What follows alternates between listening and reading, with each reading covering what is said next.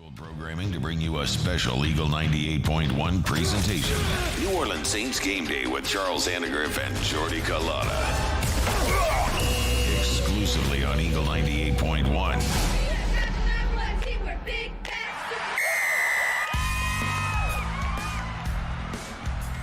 And good afternoon. Welcome to a special edition of Saints Game Day. Charles Annegriff, Jordy Culotta. Big radio voice told you that, though. Our audio producer, Musso, and our video producer, Joe Rod, here this afternoon. We walk you up into Saints Network pregame as the New Orleans Saints take on the Green Bay Packers tonight in the Superdome, which will be without fans except for friends and family. We'll get hopefully by the time the Saints play the Chargers, we'll get at least some fans in the Dome. We're seeing some fans trickle back across the NFL. But that's not the story today. The story today is the Saints trying to bounce back from a disappointing loss in Las Vegas on Monday night, a loss that saw them get out to an early lead, but have the Raiders pull them back in, have Darren Weller basically just carve them up. The tight end for the Raiders was uncoverable the other night with 11 catches, and the New Orleans offense kind of bogged down in ways that we don't often see, as Sean Payton and Drew Brees' offense bogged down, so much to the point that we talked about it, and it's been a big topic this week, is Drew Brees' arm right? Is Father Time finally caught up with him? Are they unable to push the ball down the field? Now, they will be without Michael Thomas again today. He caught 149 passes, an NFL record a year ago. You can't take a player of that significance out of the lineup and not feel it. Jordy, I love the term next man up. It's a wonderful thing, except it's not real. Right. It's not real when you say, well, we'll take out a guy. But it's next man up. Next man's got to step up. No. The next man is not as good as Michael Thomas. Yesterday, the next man wasn't as good as Derek Stingley Jr. He's the best defensive back in the country. You can't just plug another guy in.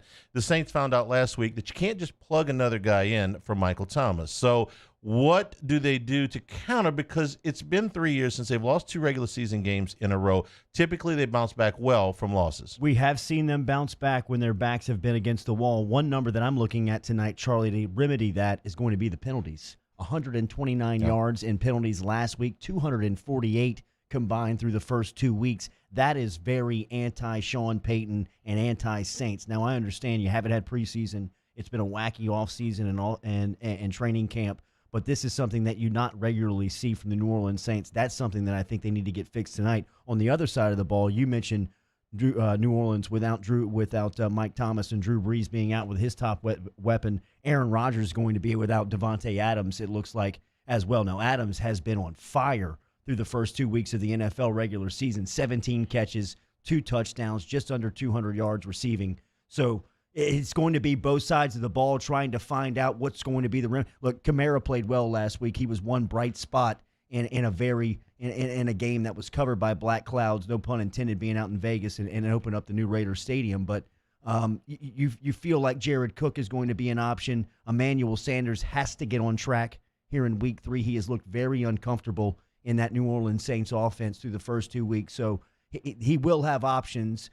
It'll be interesting to see how both sides of the ball kind of adjust with their 2 top targets out, Thomas for New Orleans and Adams for Green Bay. This may be the first time since he became the starter that Aaron Rodgers is not even maybe the most dangerous Aaron on the Green Bay offense, because Aaron Jones, who leads the NFL in rushing coming into this Sunday, has gotten off to a phenomenal start. And he had a strong season a year ago. This Green Bay offense leads the NFL in yards per game at over 505 yards per contest. But they've been balanced, Jordy. Aaron Rodgers is off to a great start. Any talk about his performance declining has been put to rest, I think, pretty quickly. And not for nothing, and we'll probably talk about this a little bit later on in the show, I think the drafting of Jordan Love out of Utah State in the first round did nothing more than anger him and say, wait a minute, I'm not done just yet. But Aaron Jones has been off to a phenomenal start. They use him as a receiver out of the backfield. He is leading the NFL in rushing yards per game, and he's the guy that I think provides so many more problems for New Orleans tonight. He feels very 2020 NFL. Right, yeah. When you look at just kind of the weapon and what these offensive minds are looking for. Sean Payton has always had one at his disposal down here in New Orleans, but a guy like LaFleur up in Green Bay is now developing Jones into this this weapon that you can use both in the passing game and in the run game. You can keep him on the field on all 3 downs. He is an absolute nightmare of a matchup. It'll be interesting to see what Dennis Allen does as far as being able to guard him out of the backfield. We saw Malcolm Jenkins struggle last week in trying to guard Darren Waller, who you brought up from Las Vegas, and really Waller, who is very big, was hurting Jenkins with his speed. So that is going to be something that we watch tonight in coverage on how New Orleans tries to guard Jones. Look, their rush defense, New Orleans, it speaks for itself. They hadn't allowed a 100-yard rusher for over 2 years, it felt like. And Jones will be a stiff test tonight. I'm more concerned on how they guard him out of the passing game, especially with Devontae Adams being out. It'd be one thing if Waller had only terrorized Jenkins, but the Saints changed up coverages on him. They tried just about everybody, including Janoris Jenkins, who I don't know how you feel about this, but through 2 games, I think Jenkins is their best defensive back. I think he's had a better start this season than Lattimore, who I know gets all of the ink. But Jackrabbit is, I think, the best cover guy out there. And there were times where he was on him doing what he could, and Waller caught the ball anyway. Agree 100% with you. Last week it was surprising. Gruden was going at Lattimore. It was almost, it felt like he was picking on him for a series or 2. I mean, he was going at him. When they broke the huddle, they would find him and go at him. Now, Lattimore has his best games against high-end receivers. There's not a high-end receiver on the field tonight with Devontae Adams out of the game. Will he bounce back after 2 weeks of struggling? I agree with you. I think Jack Rabbit is their best cover guy. I think he has, through the first 2 weeks, been their most dependable and guy that they can trust the most. And it looks like by the scheme, the coaches feel that same way. So, yes, everybody feels like they kind of need a bounce-back week here. I mean, I know the team struggled as a whole last week, and there was only a couple of bright spots. You know, maybe Hendrickson. We talked about Alvin Kamara. David Onyemata played well last week. But outside of that, guys have got to pick it up all around. Speaking of guys that got to pick it up, Drew Brees has been the topic of conversation for so much of the week. Well, actually, you know what? Let me let Drew talk for himself because he had to answer a lot of questions this week that Drew Brees usually doesn't have to, he doesn't have to answer these questions very often. I feel good. I feel good. Borderline great. And I'd say, again, my job is to move the football, get first downs, possess the ball, score points, right? And so however we can do that, we're going to do it. One of the statistics that was thrown out after the game was, the yards per attempt or something like that. I mean, there are many statistics I do not pay one bit of attention to, and that would be one of them. He's talking about yards through the air. Yards through the air doesn't matter to me either. Yards per attempt does. Yards through the air is exactly what it sounds like. It's the amount of time that the ball spins in the air. He's last in the NFL in that category. Well, last year, he was 31 out of 33 qualified quarterbacks in number of attempts in yards through the air. Yet, he led the league in completion percentage, and the Saints finished 13-3. I don't really care how much the ball stays in the air either. It's about yards that you gain. But you saw him last week miss some throws that he ordinarily does not miss. There was some pressure up the middle on the interception right before the half.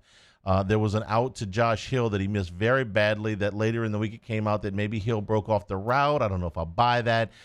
But he didn't look like Drew Brees. He didn't. And the thing that looked very off was the accuracy, right? Mm-hmm. I mean, it seemed like that was what was just kind of off. I mean, the arm strength struggles have kind of been a common theme around Brees for the past couple of years, especially the past 2 seasons. The accuracy has always been there. He's been off the mark bad a couple of times. That Hill throw that you referenced, that it comes out that Hill may have broken it off. I mean, that's one of his worst misses that we've seen. I mean, just a blatant overthrow. There was a first half miss last week to Jared Cook that didn't make a lot of sense just by seeing it through the television, not knowing and understanding what the route concepts were. You just don't see him miss throws like that. So it does look different. He looks uncomfortable, even by the way that his body language and the way that he carries himself out there. So one thing is for certain is that he's hearing what people are saying. You can tell by the tone of his sound bites, and that usually means you're going to get a certain type of Drew Brees the next week. He's usually one of those guys that, and we talk about the Saints always bouncing back after when they struggle. It's usually led by Peyton and Brees because they have that personality where they like to be challenged and kind of like I told you so type spot. So this is one for them tonight with Aaron Rodgers in Green Bay in town. Aaron Rodgers, Super Bowl winning quarterback. Drew Brees, Super Bowl winning quarterback. Both of these guys going to be Hall of Famers. And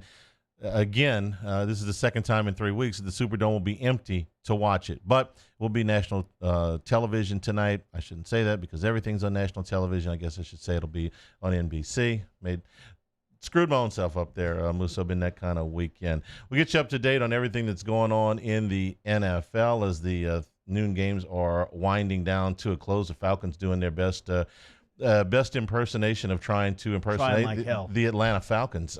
They last week blew a 20-point lead. They had a 16-point lead that is now shrunk to 3 with under 4 minutes to go against the Chicago Bears. So we'll tell you about that as we go along. Mike Triplett, who covers the Saints, will be with us when we return. It's the Saints Game Day on Eagle 98.1. Gulf Coast Office Products is a nationally recognized Savin office equipment dealer based right here in Louisiana. Over 100 employees strong, Gulf Coast has the boots on the ground to support all vertical markets from education, engineering, legal, and finance. With the latest in office technology from desktop to production segment units, Gulf Coast and Savin have the perfect fit for you. Call 225-756-2644. That's 756-2644 for Gulf Coast Office Products. Are you a licensed contractor? There's lots of good contractors in Louisiana doing work the right way, but unfortunately, too many unlicensed contractors are working outside the licensing requirements. Working as a contractor in Louisiana requires a license for the company doing the work. The Louisiana State Licensing Board for Contractors wants to help you get licensed to allow you to conduct work legally. It's not difficult to get the license. We can help you. Go to lacontractor.org for more information. Licensed contractors, it's the law. Hi, this is Chance Inman, President and Chief Operating Officer for Janney King Gulf Coast. Here are some ways to protect yourself and those around you from the coronavirus. Wash your hands often and thoroughly. Cover coughs and sneezes with your elbow. Disinfect high-touch surfaces regularly. Use non-contact methods for greeting others. And avoid touching your face. Following these steps, as well as social distancing, should help all of us stay healthy. Janney King, the king of clean. Gulf Coast Bank and Trust is a local bank with a straightforward philosophy. It's about doing the right thing for our customers. Participating in our community with annual local fundraisers. Offering individual attention in a modern banking atmosphere with a trusted local company. Gulf Coast Bank invested in technology with a local touch, giving our customers the power to bank anywhere, anytime. We're building relationships through personal service as the bank that cares about you. Gulf Coast Bank and Trust, the bank that cares about you.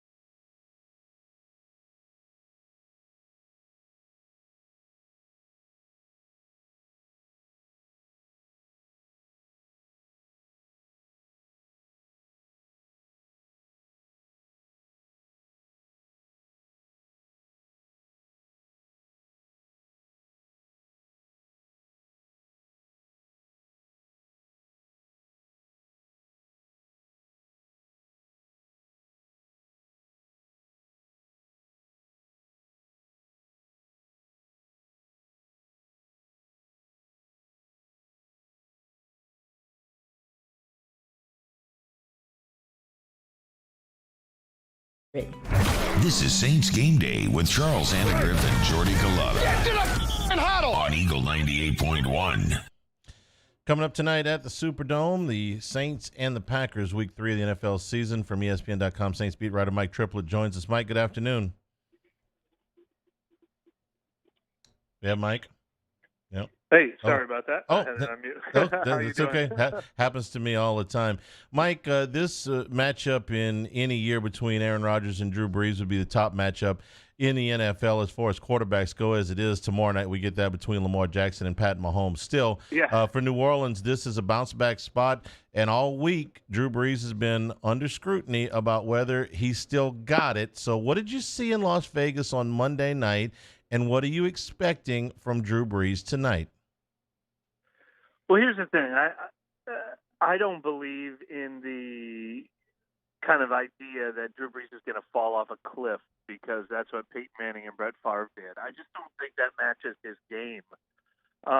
He hasn't been throwing the ball deep for the last couple years as a big part of his arsenal, and I think it's one of the more impressive things he's ever done in his career that he has managed to be like, all right, I don't really have the deep ball anymore, so I'll figure out another way.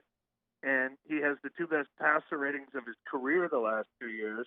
He has the two highest completion percentages in NFL history, his two lowest interception rates. He just figured out ways to be even more efficient. So I don't think we're going to see Drew Brees fall off a cliff before he retires. I think we're going to see a lot more big games from him, maybe including tonight. Now, it does hurt not having Michael Thomas, obviously. And one thing Brees said this week is this offense relies so much on precision that when the precision's not there, they don't have a lot else to turn to. So, he needs to figure out a way to get on the same page with Emmanuel Sanders and Jared Cook and Traquan Smith and guys like that while Michael Thomas is out. But I do not think we're going to just look at Drew Brees and be like, wow, he doesn't have it anymore. Mike Triplett joining us here, getting set for New Orleans and Green Bay. You can catch the action on Eagle 98.1, 7:20 kickoff from the Mercedes-Benz Superdome as the Saints favored by 3.5 going into that matchup tonight. Mike, one of the numbers that have jumped out through the first 2 weeks have been the penalty yardage for New Orleans, just nearly 250 yards. Right. Yeah, last week a $129. Have you heard anything around the facility on how they try to get that fixed, and how much of no preseason do you put into that? Well, first of all, it was the most in the NFL in Week 1, and it was the most in the NFL in Week 2. So that's a really ugly trend. I would say a few of those have come from big pass interference penalties that has made the yardage add up fast. That happened in both games. This past game, we had, I think, 3 15-yard personal foul penalties, which is hard to really say as a trend or say as because they didn't have the preseason. I mean, and those things come in waves. They might not have another personal foul penalty for the next month. But the pass interference is one that they've got to clean up. There were a couple on offense. I think a couple offensive holdings that they got to clean up. But the pass interference, I think the secondary, and it's Marshawn Lattimore and Janoris Jenkins have been guilty of them. I think those guys are a strength. I think they'll be a strength for most of the season. But obviously you cannot allow a team, it's such an equalizer to allow a quarterback to just throw deep and you lose your coverage that way and you give them the free, whatever it is, 20, 30 yards downfield in some of these cases. That's been extremely costly. It really kept them from getting off the field against Oakland. The time of possession disparity in that Oakland game was insane, and I think it made the offense look worse because they were barely on the field, and it made the defense look worse because they just looked gassed in that third quarter. Mike, a lot of people talking about Drew Brees and the offense this week. The Saints' defense struggled as well versus Vegas last week, and Green Bay's coming in, scoring 40 points per game. Aaron Rodgers got 6 touchdowns, no interceptions. What's the challenge tonight, and what changes do they make from last week to this week? Well, like I said, I think a big part of why the defense looked so bad in the first half, they were doing okay, but they just couldn't stop Darren Waller. And then in the second half, they just couldn't get off the field at all. And they just let Las Vegas kind of do whatever they wanted. I feel like the defense is not that far off. I think that was a really bad night for the defense. But, look, they were the main reason why they won that first game against Tampa Bay and why people were wondering if Tom Brady was going to figure it out. So I think there is reason for hope with this defense, especially now that Marcus Davenport's coming back from injury. But there's no question that they deserve as much of the blame for that particular loss on Monday night as the offense does. Mike Triplett is our guest. Mike, to that end, Aaron Jones is off to as good a start as any offensive player in the NFL. How might the Saints combat him tonight, and what kind of matchup problem is this for New Orleans? Well, you have to think they're going to sell out to stop Aaron Jones. And if anything, you could criticize them for doing that last week. I thought the big matchup of the game against the Raiders was going to be the Saints versus Josh Jacobs. And they actually did a good job against Josh Jacobs. I don't have the exact numbers in front of me, but he might have had like 27 carries in that game and still kept him under 100 yards.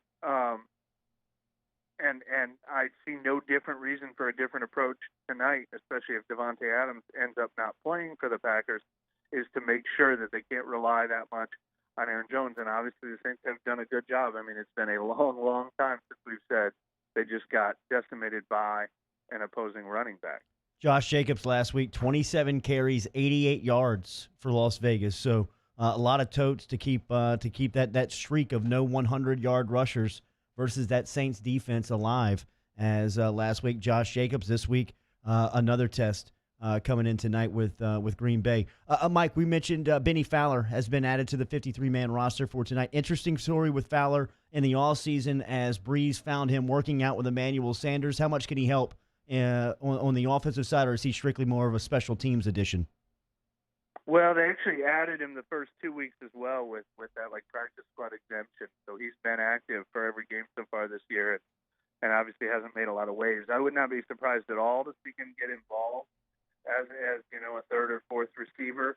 But we haven't seen it so far. I mean, I think it's a lot more important that they figure out how to get Emmanuel Sanders involved. Continue what they touched on a little bit with Traquan Smith last week. I think Alvin Kamara continued to be their leading pass catcher. So Fowler could absolutely get in the mix, but a few other guys. And I'll tell you what, Taysom Hill, that's a guy who they absolutely needed to get more involved last week when they could not find a spark on offense. We thought we'd see a lot more Taysom Hill after what he did in that Minnesota playoff game last year, and we've actually seen a lot less so far. Nothing has really been working on offense other than Alvin Kamara. What do you make of Emmanuel Sanders? Is he confused with the offense? Is he just trying to catch on at this point? Well, I think it's a little of everything. He admitted that this offense was a lot to absorb, and he didn't have it 100% down yet. You know, there's so many things, like I said, when you rely on precision. We saw it with a pass that looked woeful, even with Drew Brees to Josh Hill last week, where Hill stopped his route and Brees thought he was going to do something else, and it looked bad, and those guys have been together forever. Him and Emmanuel Sanders haven't been together for very long. So I think that stuff does take a little time, and, you know, maybe it'll eventually click in. Sanders feels like the kind of guy where it can click with him. He's played for 3 other teams.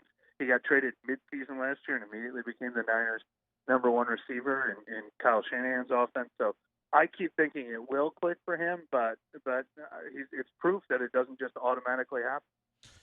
Mike Triplett is our guest. Mike, let's take a look at the other inactives for tonight's game for New Orleans. I'm sorry. Do you have the inactive list yet? No, they haven't announced it in full yet. But you know, obviously they rolled out Michael Thomas. The other was the backup linebacker Chase Hansen. But Marcus Davenport practiced the last 2 days of this week, so there's a good chance that he will be back for the first time tonight. And I think that'll be key. I mean, I know a lot of people are down on him, but adding to that pass rush depth is essential. And when he has been healthy, he has shown flashes in his career. So we're not the injuries to David Onyemata, Trey Hendrickson, all those guys that were listed as questionable. We expect all those guys to play. I think there's a good chance. I mean, I can't say for sure with someone like Davenport because he missed like the last 4 weeks, and then he didn't start practicing this week until Thursday. So I can't say for 100% sure that he just jumps right back in. But typically, if a guy practiced Thursday, Friday, Saturday, there's a good chance to hope they'll be back. I know there weren't a lot of bright spots last week, but what'd you make of Cesar Ruiz's debut versus Vegas and what to expect tonight? Well, he played so little in that game. a perfect example of a guy who missed the last couple weeks of training camp and the first week of the season. So they did not immediately thrust him back into the starting lineup, and he got into the game because Nick Easton was briefly out with an injury.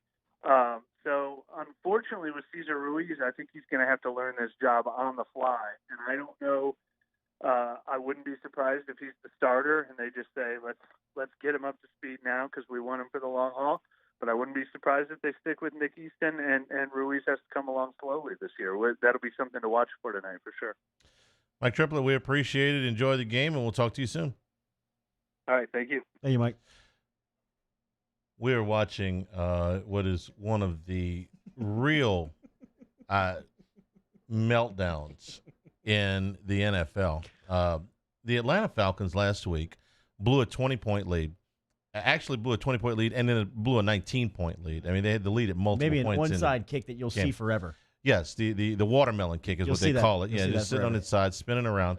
They've had that to watch the whole week about don't blow the lead. And they had today a 26-10 lead in the fourth quarter with 10 minutes to go at home. Now, granted, it's not full, of course, but at home. And the Bears made a quarterback change before that, actually, after Mitchell Trubisky threw an interception. And we saw Nick Foles come in. And what did he do? He threw an interception in the end zone on what was a disputed call. And the Falcons end up with the ball there. Then on a 4th and goal from the 17, the Bears go for it, of course, down 16 with about 10 minutes to go, and throw a ball to the back of the end zone that is caught for a touchdown and then overturned on replay. So they don't get the ball there. So 2 touchdowns that, but for a referee's call, would have been good for the Bears are both overturned and both result in turnovers, one on interception and one on downs. And they still lost the game. I mean, this takes a special kind of bad.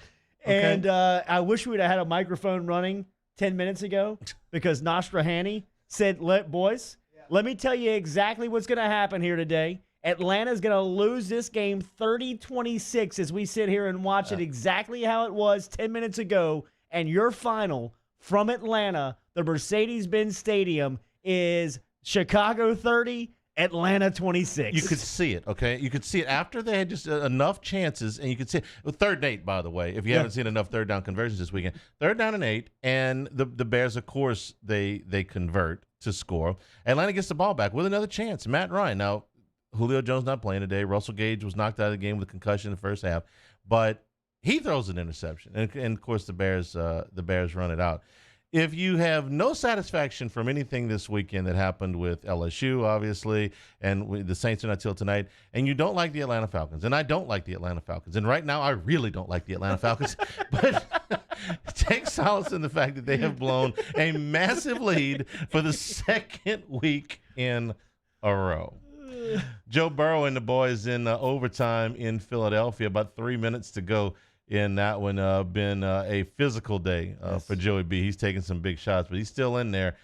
Philadelphia has the ball, but 3 minutes to go in that one. Joey's numbers for today, 30 of 42 for 301, 2 touchdowns, no picks. He's been sacked 6 times for a loss of 43 yards.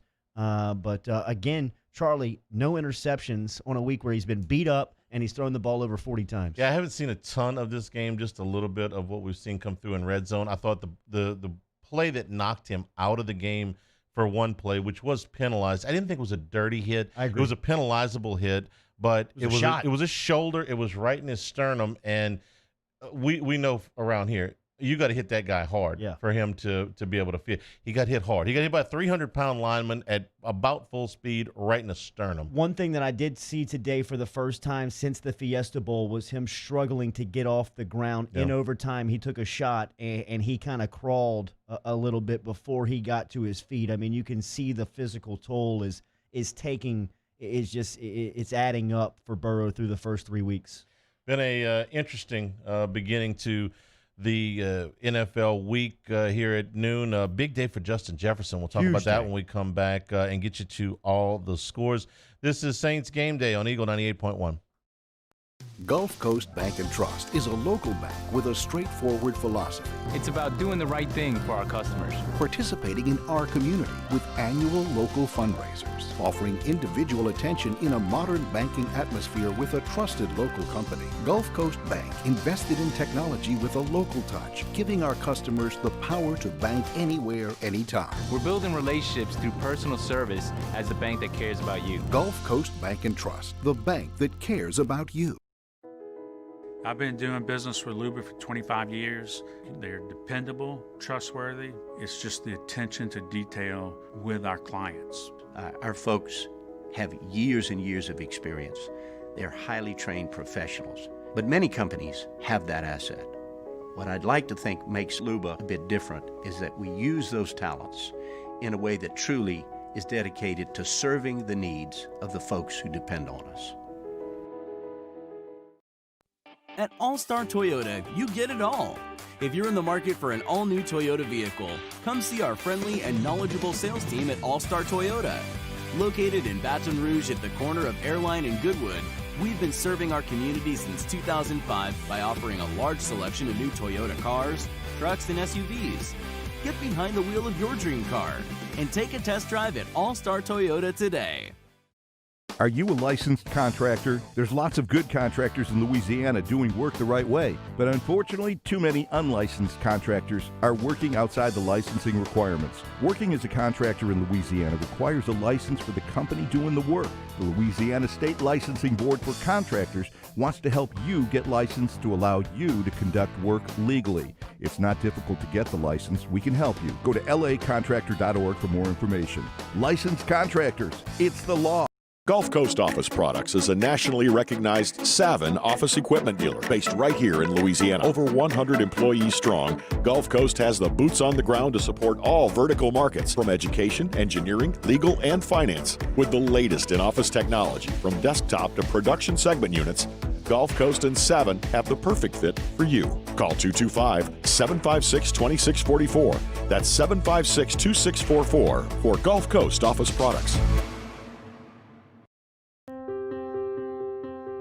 This isn't just another day, it's so much more. Kelly's life was put on hold when her auctioneer primary care doctor discovered a rare blood disorder. Her doctor connected her to an auctioneer care team of cancer, heart, and kidney specialists. With multiple primary care locations around Baton Rouge, same-day appointments, and online scheduling, we're relentless about keeping you healthy. Auctioneer Baton Rouge, innovating healthcare for Kelly. Oh, hey, what's up? It's Big D and Bubba, 100.7 The Tiger Morning Show. We'd love for you to join us every weekday, 4 a.m. till 9 a.m. Yeah, everything you want in a show. Country music. We got laughs. We got celebrity in-studio guests.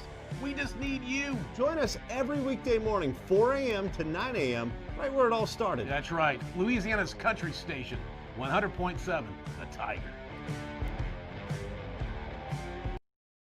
Gulf Coast Bank and Trust is a local bank with a straightforward philosophy, It's about doing the right thing for our customers. participating in our community with annual local fundraisers, offering individual attention in a modern banking atmosphere with a trusted local company. Gulf Coast Bank invested in technology with a local touch, giving our customers the power to bank anywhere, anytime. We're building relationships through personal service as the bank that cares about you. Gulf Coast Bank and Trust, the bank that cares about you. Saints Game Day. Game Day. Oh, game log! Eagle 98.1. Can we interrupt Saints Game Day to do a little Bengals Game Day? Absolutely. Because there's 2 minutes to go in the overtime, and the Bengals have the ball. Is it now third down? Okay, deep in there. I think it's second down. I think it's second down. Second down. Yeah, Okay. he threw a first down. He threw a first down pass and picked up a first down. He got sacked on first down. So it is second down here at the 2-minute warning. That is the 7th sack of the day for Cincinnati. All right, so my Cincinnati. My updated stats on Burrow are 32 for 41. Am I getting this right? 30 for 42. Sorry, 301 yards and 2 touchdowns. And this is a pair of 0-2 teams. So the desperation factor ratchets up. I would think more for the Eagles, who had hopes of contending. They won the division last year, and they're not, this is not a rookie quarterback for them. Carson Wentz is their vet. They would expect more out of this season to come out and be beaten in the first 2 weeks the way they were. I would think that the sense of urgency is a little bit more for them. Nevertheless, they punted. They had a 3rd and 19 on about their own 40-yard line. There's the rain. Oh, no, he didn't get it. Was that Jalen Mills? It was. Jalen Mills breaking up a pass. I think that was you know who that is? That's the guy. That's the Nolan no call. Oh, that's Roby Coleman. Yep. Yeah. That was for Tyler Boyd, I think. And it was dropped it in a bucket. It's right on the 8 and the 5, but good play though. Yeah, Roby Coleman, give him credit for that. He didn't interfere with him. So now you got to punt if you're Cincinnati, right? Yeah. I mean, it's 4th and 10 from the own. No. Oh, it's 3rd and 16. I'm sorry, I got my downs wrong. 3rd and 16 from the 14-yard line. I'm not going to do play-by-play here so we don't get any trouble, but I'm going to tell you what happens is that Burrow gets sacked again. That's 8. He had no chance. I mean, he literally hit his back Fletcher foot. Cox, man. He hit his back foot, and he hit the ground. Fletcher Cox, I mean, one of the top defensive linemen in the NFL. As soon as he gets to his third step, is just in his face, and he clubbed him in the head. I mean, Burrow never had a chance there on 3rd down. Knocks him down to the ground, and you're looking at coming up on 90 seconds left here in overtime, giving Philadelphia the ball back. This would be the second week in a row where he has outplayed one of these young quarterbacks, these young last couple of years. Carson Wentz last week, Baker Mayfield, where Burrow has outplayed the other guy. I mean, Wentz's numbers for today, Charlie, give you an idea, 28 of 45, 218, a touchdown, and 2 interceptions. He's been sacked 3 times as well on the other side. We saw him rush for a touchdown. But as far as just being able to manage the game and being able to, play the position, Burrow has looked phenomenal. I mean, once again, being under pressure all day, no interceptions, 2 touchdowns, and just playing that tough poise that you've come to recognize over the last year and a half. You know what? I'm starting to look at that line and see how amazing it is that he's done what he's done. Because the last time I remember a quarterback, what are we talking about, 20 sacks here through 3 games? Yep. Somewhere in that area with the 8 today? Going into today, he had been hit more than a starting quarterback. He had been hit the most in the league through 2 weeks as a starting quarterback, and he had taken 23 shots. He had been hit 23 times. Okay, so 8 sacks, and I don't know how many hits, but plenty. Yeah, I mean, you're up above 30. So you know who I think about when I hear David that? Carr? Yes, David Carr. You know how many times David Carr was sacked in his rookie season? 76 times, okay? He was sacked 76 times in his rookie. He started every game. He was tough as a $3 steak, but he got beat. He just got mauled up. Yeah. Was Baselli on that offensive line? If he was, it was at the very end of his career when he was, he was playing on one leg basically. Probably not, but if he was, he wasn't Tony Baselli that we know at Jacksonville, the potential Hall of Famer. That year, David Carr threw 9 touchdown passes and 15 interceptions. Mm-hmm. Okay, so what Burrow's doing today, just to stay upright, to get pulverized like this, and this is what everybody was nervous about. All the LSU fans like, man, he's got to go to Cincinnati. Yeah, you got to go to Cincinnati. And so what we've gotten, Jordy, is why haven't they looked at more offensive line help? And the truth of the matter is, they've tried. They're just not a good drafting organization. Last year, they drafted Jonah Williams from Alabama in the first round. He was the 11th pick of the draft. First play of training camp. Out. Done. Okay. So now he's essentially a rookie just in his second year. But that's not even the biggest problem. The year before that, their first round pick was an offensive lineman. His name was Billy Price. He was a center out of Ohio State. He was the 21st pick in the draft, which is about as high as you'll ever see a center go. Right. So if you get a center that goes at 21, you expect that guy to be Mike All Webster. pro. Yeah. At the very least, you expect him to be a starter. He's been in and out of the lineup. He's moved from center to guard. He's been a mess. So everybody said, well, why don't they start drafting offensive linemen? They haven't drafted good offensive linemen. What do you do when you see the return that he's this good, but you may do long-term damage by week 8 if you keep him in these type of? He's got to play. I'm just going to try to minimize the damage. I'll tell you what I do in the offseason. My free agent dollars, not the draft is fine if you can find a guy, but you've already drafted poorly at this position the last 2 years. Well, I say you drafted poorly. Jonah Williams may be a player. That may just be a bad injury, okay? Yeah. But bad Price was a bad pick.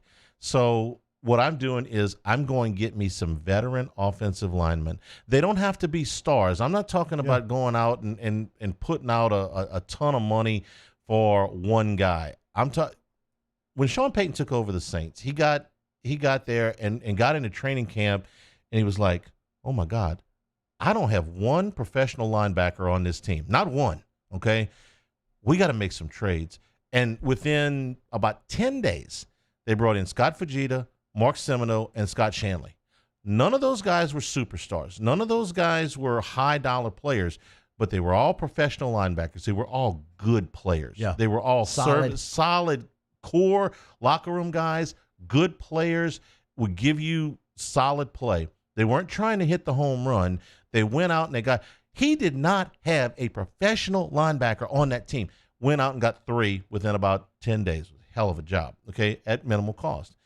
The Bengals, I would be looking to go in and bring in some professional offensive linemen because I don't know how many they have. Right. And go out, and you don't have to spend big free agent dollars. I don't know who the top free agent tackle is on the market or who the top free agent guard is.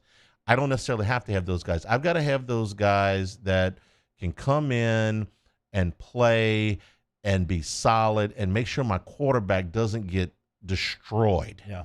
Then I'll fix the other things. But that would be my number. And I'll be honest with you, I'd be looking under every rock right now to find it.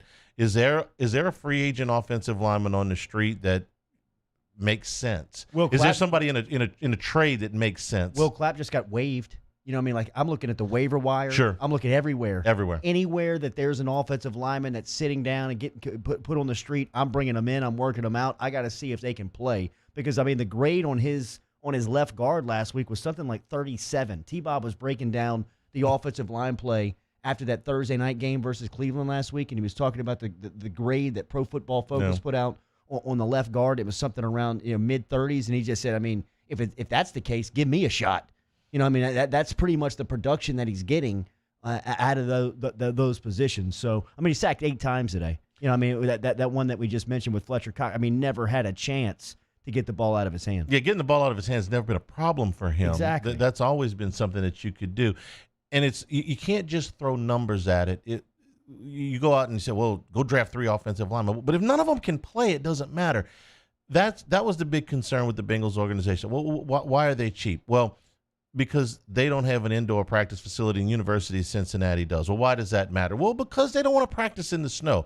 Well, they have this many scouts, and the teams in their division, like Pittsburgh, have 3 times as many scouts. Well, why does that matter? Well, maybe you wouldn't have missed on a first-round center that you took at number 21 who can't play dead in a cowboy movie. Exactly. It's Alabama having all the analysts and everybody looking around and saying, hold up, let's make sure, let's do we really need that? Up. Well, they got it. Yeah, and it's working. Those are the type of things.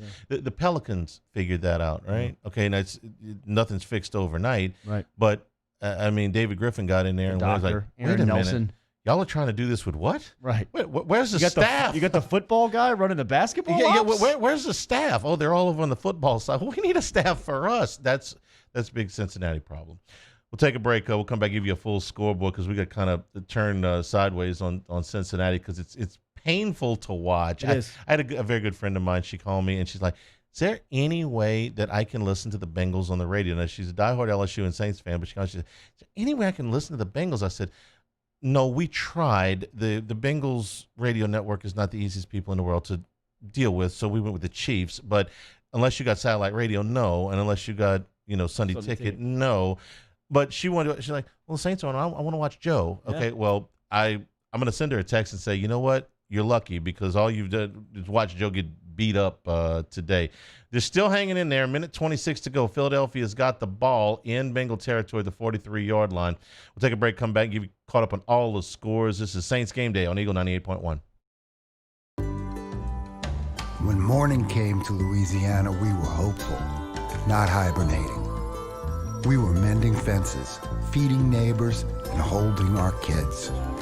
When morning came to Louisiana, we were wide awake, planting seeds for next year's crops.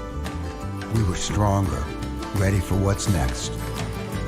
And together, as we build anew, Blue Cross stands ready to support you.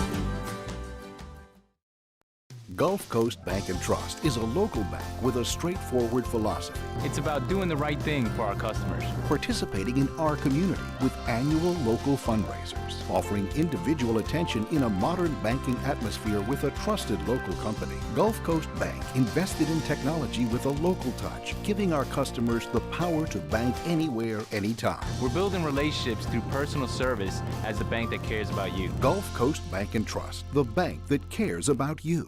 ServiceMaster Elite create clean, disinfected work environments. As a local business, we take pride in serving the New Orleans and Baton Rouge areas. Our cleaning protocols follow CDC and OSHA standards for healthcare settings, offices, senior living, restaurants, and industrial plants. Contact ServiceMaster Elite to get your operation ready for reopening with germ disinfection cleaning. ServiceMaster Elite, the trusted choice in professional cleaning since 1996. To all of our heroes working on the front lines of this COVID-19 pandemic, your bravery and selflessness represent the very best of us, and we want to say thank you. I'm asking everyone around the state to join me in celebrating the heroism of our healthcare professionals on the 19th of every month at 1900 hours, that's 7 p.m. Write a note of appreciation, make plans to donate to charitable organizations, or say a prayer. To learn more, visit 19thanks.org. Thank you, and God bless. T-Bob Hebert here with breaking news. Front to Back Boat Services is the shop to upgrade your boat tech this fall. With not one but two NMEA certified techs, who better to install your Panoptic sonar, your HD displays. You want to see the fish under the water before you even cast? They have that. Trolling motor you could control with your iPhone? They have that. So what are you waiting for? Get into Front to Back Boat Services right now. Upgrade your boat tech. Make your boating dreams come true. Front to Back Boat Services.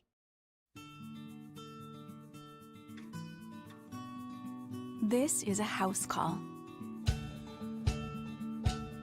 This is a follow-up appointment. This is a diabetes checkup. This isn't just more convenient care, it's more advanced care. This is innovating healthcare at Louisiana's #1 hospital, Auctioner.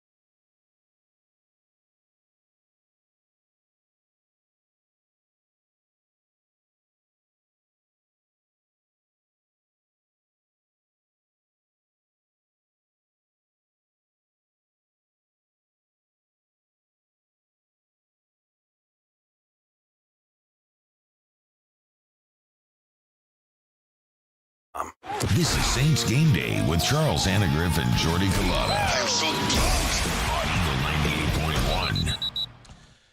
And today's show brought to you in part by Louisiana Health and Injury Centers, with 4 locations for dealing with pain from auto accidents, sports injuries, or just generally an aging. Herniated disc, muscle and ligament strains, neck or back discomfort. They can ease your suffering. They've done it for me and many members of my family. Get you a series of exercises and stretches or techniques like dry needling, electric nerve stimulation, ultrasound, or cryotherapy.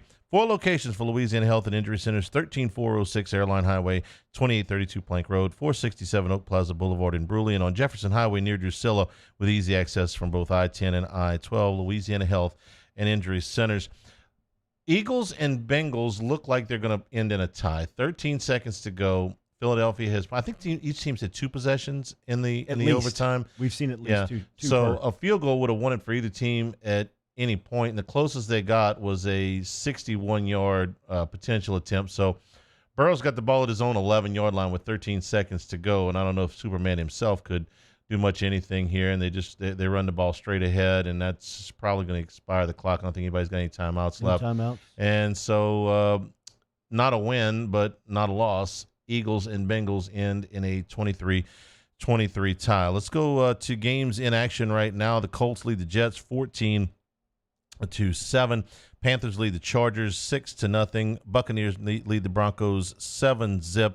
And the Lions lead the Cardinals 3-0, and the Cowboys lead the Seahawks 3-0. All of those games in the first quarter. Got an update for you on L.A. L.A. has scored a touchdown, so they're up 7-6 right now on the Panthers. Teddy Bridgewater right now 6 of 9 for 64 yards and a score. Austin Eckler leading carrier for the Chargers as he scored that touchdown for Los Angeles. 6 carries for Eckler for 40 yards on the afternoon. So let me go to earlier finals. The Chicago Bears beat the Atlanta Falcons 30-26. The Falcons led this game 26-10, 5 minutes into the fourth quarter. Mitchell Trubisky was replaced by Nick Foles. In a quarter and change, Nick Foles went 16 for 29 for 188 yards, 3 touchdowns, and an interception. The interception was a tied ball in the end zone that was actually originally called a touchdown, had another touchdown overruled on a ball that was bobbled in the end zone. This is hard to do. All 3 of Foles' touchdowns passes came in the fourth quarter for Chicago as the Bears get the 30-26 win. Charlie called it with 10 minutes left in the game. It was incredible. The experience that we always reference with Hannah Griff anytime we work radio next to him was on full display for the full staff today. Joe Rodriguez, I think, saw it for the first time as our video producer. It all came to light. Joe was looking at the TV almost with his jaw on the floor as the final goes 30-26, just like the handyman said it would 10 minutes prior to the gun. I hate knowing everything. I really wish this kind of thing would have been really valuable about 11:55. Entertaining game up in Buffalo. I'm just moving on, man. Buffalo led the LA Rams 28-3 with 8 minutes to go in the third quarter, and the Rams come storming back. 4 straight touchdowns. Jared Goff had a touchdown run. Then he threw 2 touchdown passes. Then Darrell Henderson scored with 4 minutes and 30 seconds to go to give the Rams the lead. The Elias Sports Bureau has got to be great with these things, but when's the last time a team was down 25 in the second half, halfway through the third quarter actually, came back to take the lead, and lost? Wow. This is a whole sequence of events because Josh Allen threw a 3-yard touchdown pass to Tyler Kroft with 15 seconds to go, and the Bills go to 3-0 on the season. The Rams, who are off to a 2-0 start, had everything, all the momentum in their favor. And we're seeing Josh Allen kind of come of age here a little bit. Is really maturing as a quarterback, not just as a runner, but they threw for over 300 yards today. When you build a big lead and they come back and they take it from you in the second half, how do you respond?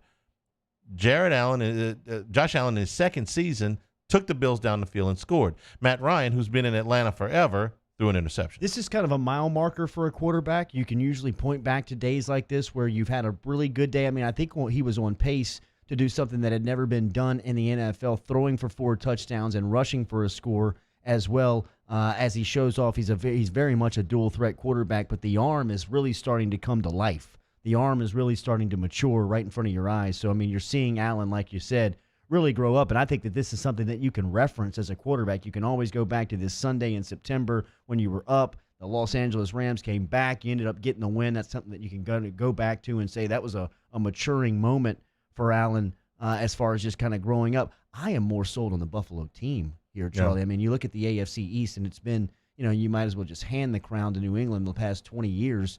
It feels like Buffalo really has a chance, even though Cam and crew look good today. Stephon Diggs, it was a major, major ad for them. I think he was leading the NFL in receiving coming into today. One of the things that strikes me about Josh Allen was something that people used to say about Jim Kelly, which was when people talked about the strongest arms in the league when Kelly was playing, they'd always talk about Elway. But they didn't talk about Kelly as much as they should have, because trying to throw the ball through that Buffalo wind really takes special arm talent. Josh Allen played his college football at Wyoming, where it's freezing cold, windy. Same way. Yes, exactly. Similar conditions to what he's dealing with in Buffalo. Now, I know he's not dealing with that in September, but if you're in Buffalo, New York, and you want to play a game in December to get you in the playoffs, or a game in January in the playoffs, you better have a gun. And he does. So I'm encouraged by what I've seen, and I've got no allegiance to the Bills one way or the other, Sure. but you took your guy for a specific reason, you developed him, and now it's paying off for you. 4 catches for Diggs today, 49 yards, and a key score. That score came on Jalen Ramsey in the back of the end zone where Josh Allen threw it to a point kind of low where Diggs had to go down and get it. It was a big touchdown as they prevail 35-32 today in Orchard Park. Don't look now, but the Browns are 2-1. Yes. They beat Washington today 34-20. Quiet day for Baker Mayfield, but productive. He threw a couple of touchdown passes. It was Nick Chubb that kind of carried the load today. The 1-2 punch of Chubb and Kareem Hunt combined for 154 yards. Chubb had 2 touchdowns on the ground for you fantasy players. Dwayne Haskins, he threw a couple of touchdown passes, but he threw 3 more picks and got them into big-time trouble doing that. The LSU contingent, Odell Beckham, 4 catches, 59 yards. Jarvis Landry, 4 catches, 36 yards. They're paying those guys to come with big plays. They made some of them in the Bengals game, not so much today, but the defense for Cleveland today and the running game got it done. You mentioned Chubb, 19 carries, going over 100 yards, 2 scores. That offense looked like it's finally starting to catch some type of momentum, or it looks like they're starting to settle in. I mean, they've looked so uncomfortable for the last couple of seasons. Now it looks like they finally got some they've finally focused in and running something that they can create an identity around. Another game that went back and forth today was Tennessee and Minnesota. The Titans beat the Vikings 31-30. Minnesota drops to 0-3 on the season. Vikings led this game midway through the third quarter by 12, 24-12. Tennessee came back and took the lead 25-24. Minnesota retook the lead at 30-25. Tennessee got a field goal with 6 minutes to go and then another field goal to win it with 1:44. Nobody's had more big kicks to make or miss this season than Stephen Gostkowski for the Titans. It's gone from everything from multiple game-winning kicks to, man, do you think they ought to cut him? Right. I mean, the guy's Hall of Famer. Yeah, the guy spent a career in New England, and he's made what is this 3? I think 3 game-winning kicks now. If you consider a kick with 1:44, a game-winning kick for them. Dalvin Cook, monster day for Minnesota. If you're following along fantasy-wise, 181 yards on the ground and a touchdown. But Justin Jefferson, getting his first NFL touchdown, 7 catches, 175 yards, had the long of 71, and did his little dance in the end zone to get in the end zone. What they call it? He danced the gritty. He gritty. Danced all the way into the end zone from about 5 yards out. He split 2 players to get there. It looked like Kirk Cousins was looking for him all afternoon as he had a dominant day. His first touchdown as a pro comes on a long one, comes in a 31-30 loss. These seem like the games that Tennessee win under Mike Vrabel now. I mean, it just seems like they kind of, however they got to fight, claw, pull them out. Vrabel, it seems like, is now 3-0. I mean, you look up and the Titans are 3-0 here. Can I give you a word that you've probably never heard, but you'll know exactly what it means when you hear it? New England-esque. Yeah. It's all one word, maybe hyphenated. Right. Where's, I get it. where's Vrabel from? I can look that up in my football dictionary. Right. Speaking of the Patriots, they beat the Raiders today 36-20. They're 2-1, and a fourth down play in Seattle away from being 3-0. Cam Newton, nothing over the top today. He threw for 162 yards, a touchdown, and a pick. They ran him 9 times, 27 yards, not all that much. The Raiders could not build on the momentum. You play a Monday night game and then you make a cross country trip. That's going to be a tough situation there. This game was kind of in the mud for most of the first half, and New England kind of pulled away in the second half. Impressive stat line for Sony Michel, the second-year back out of Georgia. 9 carries for 117 yards for the New England Patriots today on the afternoon. Derek Carr for Las Vegas, 24 of 32. 261 and 2 scores. San Francisco beat the Giants 36-9. This is an impressive win, Charlie. Nick Mullins gets the I'm trying to figure out how they did it because you look at it, Nick Mullins gets the start for Jimmy Garoppolo. He throws for 343 and a touchdown. They only ran the ball for 93 yards, and yet they win the game by 27 points. Daniel Jones for New York is a man without a country. He's losing weapon after weapon. He threw an interception today, and he was the Giants' leading rusher. So if your question was, what are the Giants going to do without Saquon Barkley? The quarterback, who is by no means athletic, ran for 49 yards today, was their leading rusher. And the midweek signee of Devontae Freeman came in and had as many carries as Daniel Jones had on the day. They gave it to Devontae Freeman 5 times. He and Jones were the leading rusher on the teams with those carries. Jones on the day, 17 of 32, 1 interception for 179. But on the other sideline, Nick Mullins, man, 343 and a score for San Francisco. They ended up saying the week in New York. They played the Jets last week where they lost all of those guys on that surface at MetLife Stadium. They turn around in 1 week, play the Giants, and blow out the Blue Men, the G-Men, 36-9. Steelers beat the Texans 28-21. They go to 3-0. Texans go to 0-3. Texans get the Arkansas Razorback Award for toughest start to the season. They've opened up with Chiefs, Ravens, Steelers. Yeah. 2 of those games on the road, including today. Deshaun Watson was okay. He threw for 264 yards, a couple of touchdowns, and a pick. Big Ben threw 2 touchdown passes. James Conner, 109 yards on the ground for Pittsburgh. He also scored a touchdown. And Houston's just got no running game to talk about. David Johnson held to under 2 yards per carry. I hated the DeAndre Hopkins trade. Had to. So much, okay? If they had traded DeAndre Hopkins for draft choices, I would have probably still hated the trade. The fact that Houston had to take on David Johnson's contract in that trade made it 10 times worse to me because he was a one-hit wonder. And that one monster year, he hasn't been right since, and I don't think he's a special back anymore. I think he had one special season, and that's it. It is one of the most inexplicable trades I have ever seen in the NFL, and I think from Bill O'Brien's standpoint, it is a fireable offense that you take a young quarterback in the league where you've got chemistry built with the best wide receiver in the NFL, a guy that he's got history with, they go to the same school, something that you could build your offense around, and in the middle of his prime, right in the middle of his development into his prime, you just take that guy away from him and trade him for a running back that was good 3 years ago, and you get nothing in return. And you know why? For it? Because it was personal? It's personal, but contract personal, okay? I mean, there was clearly a divide there. Bill O'Brien, the head coach, is pretty good. He took over a Penn State program that was in the biggest, the most turmoil of any football program maybe ever, save maybe SMU, and turned them into a winner and did it very, very quickly.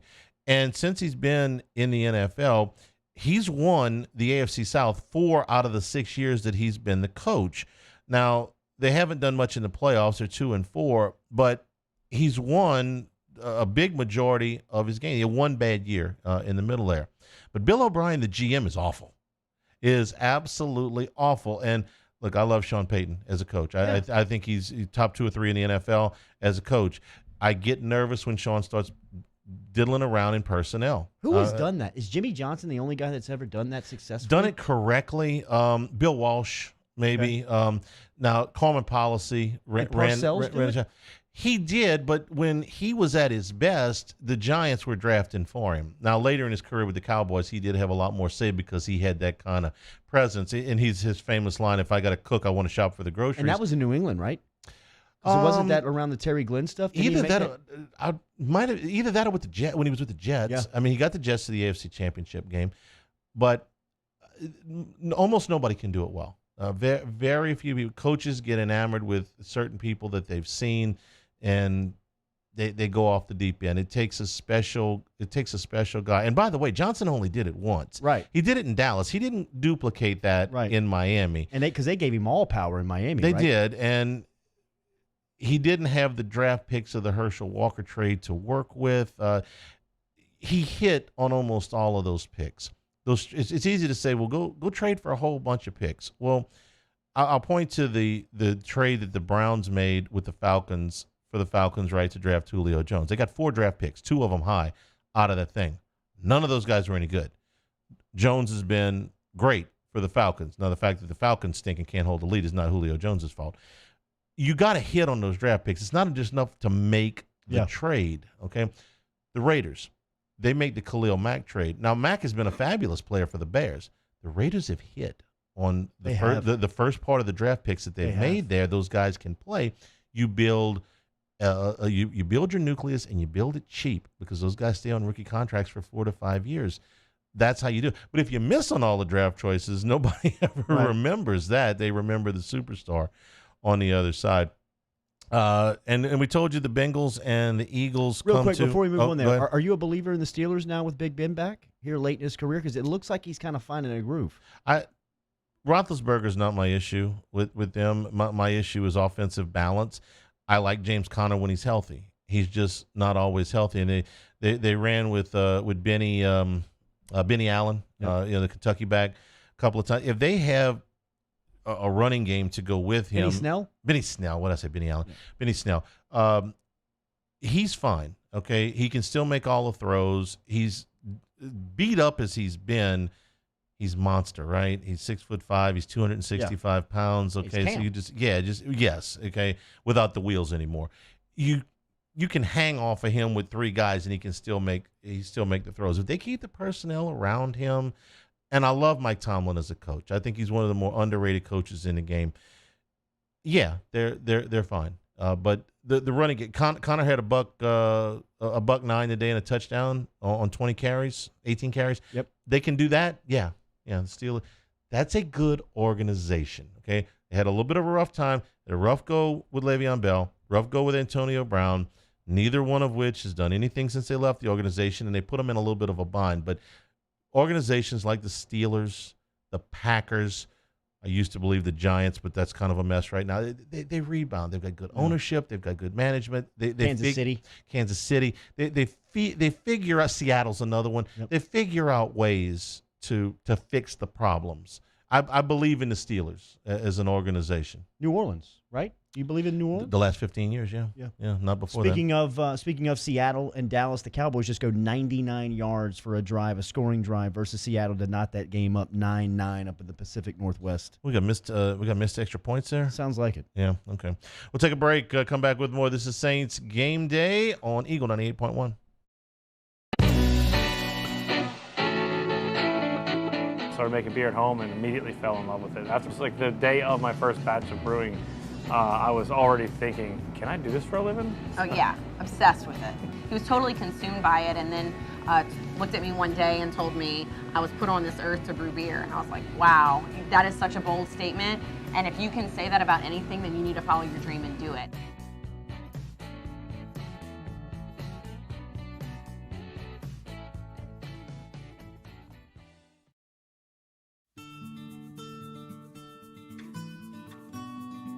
This is a house call.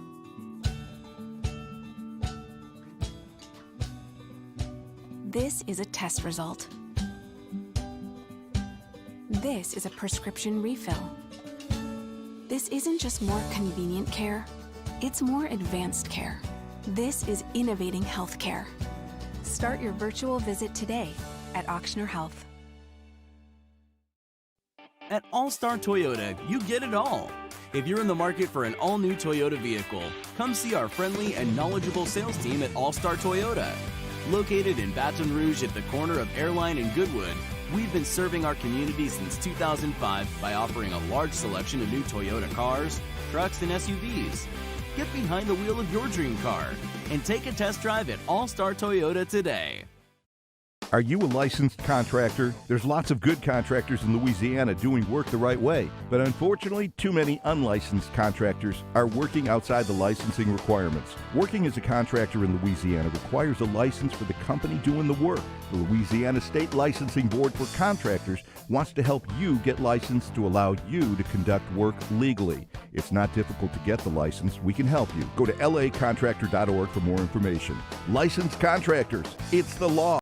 Gulf Coast Office Products is a nationally recognized Savin office equipment dealer based right here in Louisiana. Over 100 employees strong, Gulf Coast has the boots on the ground to support all vertical markets from education, engineering, legal, and finance. With the latest in office technology, from desktop to production segment units, Gulf Coast and Savin have the perfect fit for you. Call 225-756-2644. That's 756-2644 for Gulf Coast Office Products. I've been doing business with Luba for 25 years. They're dependable, trustworthy. It's just the attention to detail with our clients. Our folks have years and years of experience. They're highly trained professionals. But many companies have that asset. What I'd like to think makes Luba a bit different is that we use those talents in a way that truly is dedicated to serving the needs of the folks who depend on us.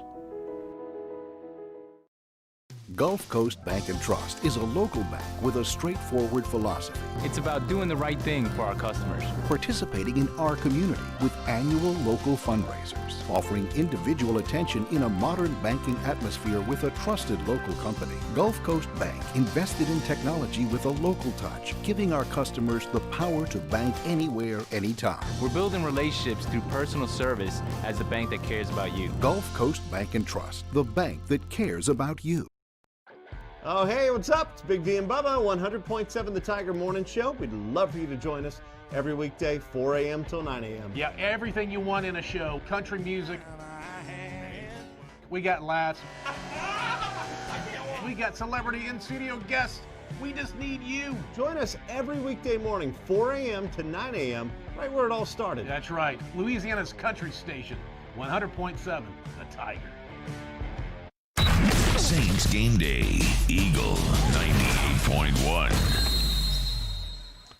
And we're back here on Saints Game Day, walking into Saints and we knocked it out. Wow, look at this play. He knocked it out. Don't you hate it when radio announcers say, "Look at this play"? You can't look at this play. No, that's me. Watch this. I'm the one that said it. So Seattle just completes a bomb to the 1 yard line. Touchback. And the receiver, I'm not sure who that was. That was DK Metcalf. DK Metcalf is going. He completes the ball at the 9 yard line. Oh, He is. no, He's Charlie. showboating. That's who did that? What was my boy from Leon the Philadelphia Eagles? Deshaun Jackson. Deshaun Jackson did it. Deshaun Jackson and Leon Lett. So he's showboating into the end Oh, zone. no. The defensive back hits him at the 1 yard line, pops the ball through the back of the end zone. That's cowboy ball, and that is inexcusable. That you'll see that forever. I mean, this will be one of those highlights that you see forever. Because he thinks he's going to walk into the end zone. He's holding the ball out as if he's celebrating the score. Which he should have been, because he burnt the defensive back What by a 5 throw yards. by Wilson. And then he showboats himself into the end zone, and the ball gets knocked out the back. It goes to the Cowboys Look at on the that. touchback. Wow. And I mean with 3 yards to 3 go. yards. He caught the ball at the 9. He's showboating at the 3 and gets it knocked out. Boy. Is there a desk big enough to hide under when that film gets shown tomorrow? Ooh. Gosh. And this is a 9-9 game right now. This game is tied up 9-9 in the second quarter. Yeah, you don't think Look at anybody's... Russell Wilson. He is looking for Metcalf. Well, Yeah. okay, Russell Wilson is the leader. Russell Wilson is the guy that is, right now, if you had to vote for MVP through 2 games. Interception on first down back to Seattle at the 10-yard line. Okay. Are you entertained? Bobby Wagner. Are you entertained? Sean Payton on the offense for New Orleans. Listen, I made the comment, we've got to be precise with what we're doing in the passing game route-wise. I agree with you, really. I'm just saying the last 2 weeks, I think it's been average at best offensively, and that starts with us. It starts with me, and we got to be better. I thought we ran the ball a little bit better tonight. We're still not protecting the way we're supposed to. We're not functioning well enough and taking advantage of some of the opportunities we've had. So we'll look at that. Our third down numbers were better. I'm sure our red zone numbers were a little better, but we had some penalty situations. The one drive, heck, we had like 3 or 4 penalties. I lost track. Incomplete in Seattle, real quick. Incomplete. Okay. The first 20 minutes of Saints Raiders was fine. But really both sides of the ball was fine. And then all of a sudden everything bogged down. It was like the Raiders had made some adjustments, and the things that New Orleans was able, and I hesitate to call them check downs because they design a lot of that stuff. All of that seemed to be robbed from them after the first, say, 20 minutes of play. Yeah. Was it the interception? Was it after the interception where the game just kind of fell off? It did, but the offense was falling off before that. It was just that the defense had not yet gone in the tank at that point. So you have any explanation? I hadn't gotten your take on Drew Brees yet. Where are you on Brees? I was very low on him on Monday. I really thought that the accuracy was something that when you lose that, I don't know if you can fix that. It just seems like that now Nick Underhill, who is with us on Off the Bench Weekly, he comes on with us on Tuesdays. He did a really good job of breaking down the film, and he was the one that was kind of, I saw the explanation on the Hill cutting off his route. He also explained, the Jared Cook overthrow in the first half. It looked like Cook maybe didn't come out of his break like Brees thought he was going to. So I know that and understand that entire offense and that position in particular in New Orleans is built all on timing, right? I mean, it's all on timing, on repetition, on steps. I mean, Breeze knows when he gets to his third or fifth step, he knows he's got to be throwing the ball to a spot. And he's just missing on Monday, and we just haven't seen him miss. And I think that you can be effective with him with smoke and mirrors like you have been over the past couple of seasons with the leading numbers and dropping down and throwing guys open into space and letting them make plays after they catch it. But if you lose the accuracy on that, then, without sounding too harsh, then he's done, right? I mean, like if he's inaccurate at the game that he presents today, he can't play. The interception right before the half, a lot has been made about the fact that he short arms the ball or he doesn't see the linebacker. I would point to that play as being one where there was interior pressure, came right through Andrews Pete again, and he's not able to set his feet, and he doesn't have the type of arm anymore that you can make that throw over the middle, whip it, falling backward. Yeah, he just doesn't have that anymore. He's got to be able to. Saints have always placed a premium on their offensive guard so that Breeze can climb the pocket, and they spent a lot of money on the Jari Evanses and the Carl Nixes of the world, and the Larry Warfords, and now the Andrews Pete's, and Pete's not playing well. So when he couldn't climb the pocket, he's drifting backwards. That throw doesn't have any steam on it. So I'm going to put a little bit of that on the interior of the offensive line. But the miscommunications, Emmanuel Sanders last year when he left Denver and went to San Francisco was there for 10 days. They played a primetime game on a Thursday night, and he had 120-some-odd yards in reception. I mean, he was up to speed like that. So I got a hard time believing that Sanders isn't immersed in the offense. He's a veteran. He knows what he's doing. And for some reason, they're just not on the same page. And that's been the case for a lot of the passing game here through the first 2 weeks, and Breeze talked about that. Honestly, I don't feel like there have been a ton of opportunities. We've called some down the field shots. Like, for example, we called 2 in that game that were designed to go to him down the field. Unfortunately, the coverage didn't really dictate that, didn't really allow that. There was a couple other opportunities that, for whatever reason, I didn't have the time to get it to him, or there was a breakdown elsewhere that didn't allow it. So that's happened a time or two. But man, I'm very confident in him. And his ability and his role in this offense, and those opportunities will come. What did you make of the first game with him and Mike Thomas? The Buccaneers did some things in bracket coverage to take away Thomas. I can't tell you everything, but I can't believe that Michael Thomas was running wide open and Drew Brees was missing him, or wasn't. He didn't even have. I think he had 5 or 6 targets. Four targets. Yeah, and 3 catches for 17 yards. I think it was. All of them came in the fourth quarter. So, if you are a defense and you decide, listen, I've seen this guy catch 150 balls in a year. He's not the guy that's going to beat us today. We're going to bracket coverage. We're going to take our best people. We're going to put them on him. And if somebody else beats us, then God bless, we'll let them have it. That's what I thought with him in the first game. And then he's not there in the second game, so can you do that to Sanders? Now, Traquan Smith actually took the spot of Thomas.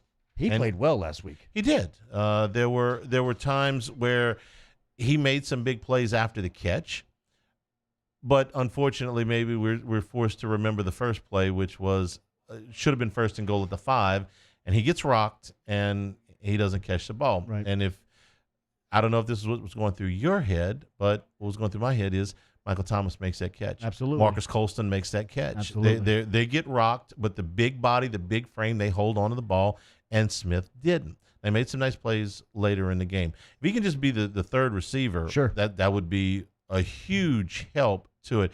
I did think that last week they might use Deontay Harris a little bit more. In the first play of the game, they pop him out there for a first down, and then he disappears for the rest of the game. So I don't know if they don't have the trust in him to maybe take a bigger role. Yeah, I thought that you would see him in some type of packages, jet sweeps, screens. That was the first play of the game. That little jet, and then he makes it 10 yards, and then you don't see it again. Because you hear Peyton talk about him as an option throughout the week, and you can tell that he likes him because of his speed. And fastest guy on the team, right? Right. I mean, it gives you a playmaking. It gives you something that you can't find anywhere else. A guy that can just break it open from at any point. But Peyton's been critical of his play calling, especially after the Tampa Bay game. Looked like he wasn't pleased with the way that he set him up last week. So it'll be interesting to see how he takes this talent and can be creative with trying to find spaces with the limitations that he has at quarterback. I mean, when does Sean Payton, I think, is the most talented play caller I've seen since Bill Walsh. And we're talking about over a decade and a half. Yeah. The offensive numbers are there, Hall of Fame quarterback or not. When does Sean Payton get himself into a bind play calling? It's when he gets out of balance. When he gets too pass happy, when you look at the stat sheet at the end of the game and they're 3-1 pass, or last week it ended up balancing out, but it wasn't really balanced, Right. Especially on first down. When he gets out of balance is when he's at his worst, and when he stays in balance, it's when he's at his best. And with Breeze, the temptation has been to just, let's put the ball in the air 45 times. We got 9. Now more than ever, that balance, and that balance has got to include Latavius Murray, because you can't heap a big rushing load on Alvin Kamara. We saw what happened when they did that, and you're playing with fire there because he's going to get beat up. So that would be the watchword for me tonight is offensive balance on every down. On first down, and I used to get on Jimbo Fisher all the time because he was so great calling plays on first down. Not get on him, but was happy about that.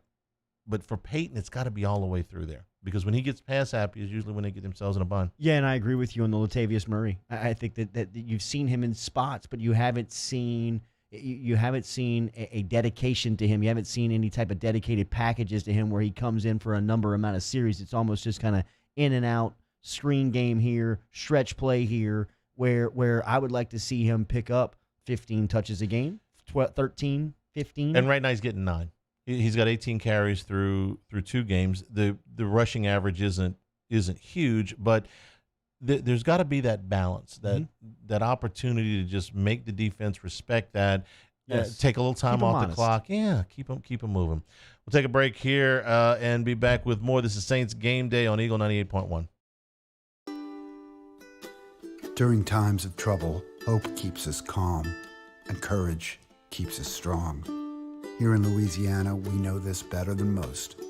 After all, we faced hardship, but hurricanes and floods never washed away what makes us strong. It's our culture, the spirit of resilience that says rise and rise up again. We'll make it through the tough times, we always do. And Blue Cross will always be here to support you. This isn't just another day. It's so much more. Kelly's life was put on hold when her auctioneer primary care doctor discovered a rare blood disorder. Her doctor connected her to an auctioneer care team of cancer, heart, and kidney specialists. With multiple primary care locations around Baton Rouge, same-day appointments, and online scheduling, we're relentless about keeping you healthy. Auctioneer Baton Rouge, innovating healthcare for Kelly. ServiceMaster Elite create clean, disinfected work environments. As a local business, we take pride in serving the New Orleans and Baton Rouge areas. Our cleaning protocols follow CDC and OSHA standards for healthcare settings, offices, senior living, restaurants, and industrial plants. Contact ServiceMaster Elite to get your operation ready for reopening with germ disinfection cleaning. ServiceMaster Elite, the trusted choice in professional cleaning since 1996. To all of our heroes working on the front lines of this COVID-19 pandemic, your bravery and selflessness represent the very best of us, and we want to say thank you. I'm asking everyone around the state to join me in celebrating the heroism of our healthcare professionals on the 19th of every month at 1900 hours, that's 7 p.m. Write a note of appreciation, make plans to donate to charitable organizations, or say a prayer. To learn more, visit 19thanks.org. Thank you, and God bless. T-Bob Hebert here with breaking news. Front to Back Boat Services is the shop to upgrade your boat tech this fall. With not 1 but 2 NMEA certified techs, who better to install your Panoptic sonar, your HD displays. You want to see the fish under the water before you even cast? They have that. Trolling motor you could control with your iPhone? They have that. So what are you waiting for? Get into Front to Back Boat Services right now. Upgrade your boat tech. Make your boating dreams come true. Front to Back Boat Services.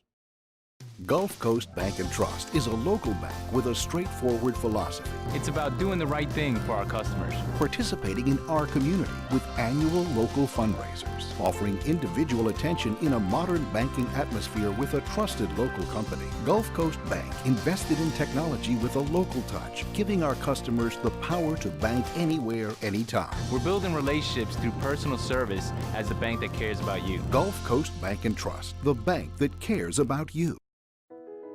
I've been doing business with Luba for 25 years. They're dependable, trustworthy. It's just the attention to detail with our clients. Our folks have years and years of experience. They're highly trained professionals. But many companies have that asset. What I'd like to think makes Luba a bit different is that we use those talents in a way that truly is dedicated to serving the needs of the folks who depend on us. Are you a licensed contractor? There's lots of good contractors in Louisiana doing work the right way, but unfortunately, too many unlicensed contractors are working outside the licensing requirements. Working as a contractor in Louisiana requires a license for the company doing the work. The Louisiana State Licensing Board for Contractors wants to help you get licensed to allow you to conduct work legally. It's not difficult to get the license. We can help you. Go to lacontractor.org for more information. 1, 2, 3. Saints football is only a few hours away. Charles and Jordy are getting you set. Saints Game Day, now on Eagle 98.1. Oh, yeah. Eagle 98.1 presents Saints Game Day, a special edition. Charles Hannegriff along with Jordy Collada as we're early in the second quarter of most of the late games. Give you an update on the scores. Colts lead the Jets 17-7. Phillip Rivers has thrown a touchdown pass for Indy. The Jets are really, really bad. There's about 44 seconds to go to the half there. Panthers on top of the Lightning Bolts 15-7. Teddy Bridgewater has thrown for $121 and a touchdown. Panthers trying to get their first win of the season. Buccaneers in Denver, it's 10-3 there. Tom Brady has thrown a touchdown pass. And Jeff Driscoll is getting the start there for Denver. Leonard Fournette, sorry about that. No, go ahead. 3 carries, 5 yards. Just early action. So if you picked him up and started him in the fantasy league, that's not a good day today. Ronald Jones. Asking for a friend. Rojo with 4 carries on the day, but still early. Still early, Charlie. How many yards does he have? 4 carries, 7 yards. So the rush attack, not good day. Even though Brady's throwing it well. 11-19, 122 and a score. Lions leading the Cardinals 10-7. That is about halfway through the second quarter, and the Cowboys and the Seahawks are still tied at 9 after the big problem for DK Metcalf. They gave him 62 yards on the catch. But 1 turnover. No, Kyler Murray, by the way, off to a good start. 8 of his first 11 for a touchdown, but the Cardinals still trail there. Murray, if you've watched a little bit of the Cardinals, I had a chance to see them. They get off to the 2-0 start. Man, Baker Mayfield from year 1 to year 2, I didn't see any great difference. Kyler Murray, year 1 to year 2, I'm comparing Oklahoma quarterbacks here. Man, look, that cat's a handful. He's different. Yeah. Like, you just don't see that type of athlete at that position. I mean, last week, he scored one on the ground, and he's pointing the ball at the linebacker with the confidence from the 6-yard line that he knows that guy's got no chance in closing in on him. Right. I mean, he's just a different type of speed. I love his arm strength. I think his arm strength is something that you really don't talk about just because of the type of athlete he is. But when he sets his feet, steps, and throws, he can make just about every throw that you want. Okay. You know what I like about him? The accuracy. The accuracy is getting better. He's completing 2/3 of his passes. Now, he's thrown a couple of picks this year. Yeah. But what I find about him, when you think about quarterbacks that spend a lot of their time running, and you think about short quarterbacks, you think about the limitations that they have. And sometimes those limitations come with accuracy. It seems to be improving with him. I saw him make throws at Oklahoma that he fit into some windows, but so many of the plays that he made at Oklahoma, so many more were guys running wide open. I mean, and Mayfield as well. So the question was, do you have the arm strength and the mechanics to make the throws into tighter windows once you get to the NFL? Now, Mayfield has had a couple of good weeks here. Okay, this is year 3 for him, but it's year 2 for Murray. I didn't see Mayfield make that big jump. I think that Murray is significantly better than he was a year ago, and I thought he was good a year ago for a rookie being put in that position. Yep.